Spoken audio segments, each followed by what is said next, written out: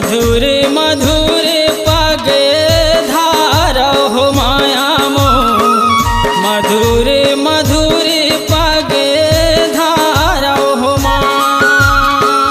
मधुर मधुर पगे धारा है माया मो, मधुर मधुर पगे धारा हो माँ।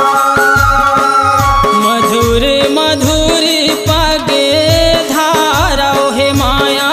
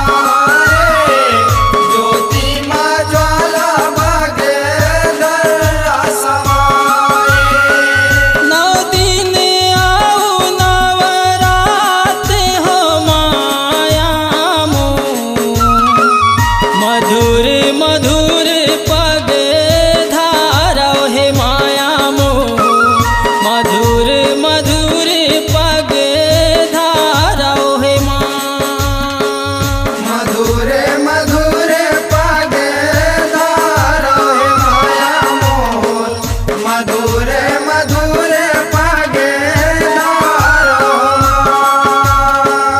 मधुर मधुर पग धारा हो माया मोर मधुर मधुर पग धारा हो माँ मधुर मधुर पग धारा हे माया मोर मधुर मधुर पग धारा घर ले सागर बन जाते हो माया मोर मधुर मधुर पग धारा हे माया मोर मधुर मधुर पग धारा हे माँ मधुर मधुर पग धारा हो माया मोर मधुर मधुर पग धारा हे माँ मधुर मधुर पग धारा हे माया मोर मधुर मधुर पग धारा हो माँ मधुर मधुर पग धारा हो माया मोर मधुर मधुर पग धारा हे माँ मधुर मधुर पग धारा हो माया मोर मधुर मधुर पग धारा हो माँ जय मां सिद्धिदात्री जस जगराता ग्रुप धर्मपुरा खैरागढ़ की प्रस्तुति। स्वर हैं बरखा रानी भरत जाटव, जिसमें गीतकार हैं चंदू बगधर्रा। कार्यक्रम हेतु संपर्क करें बरखा रानी धर्मपुरा खैरागढ़। Mobile number 7049372183। भरत जाटव 9770735162।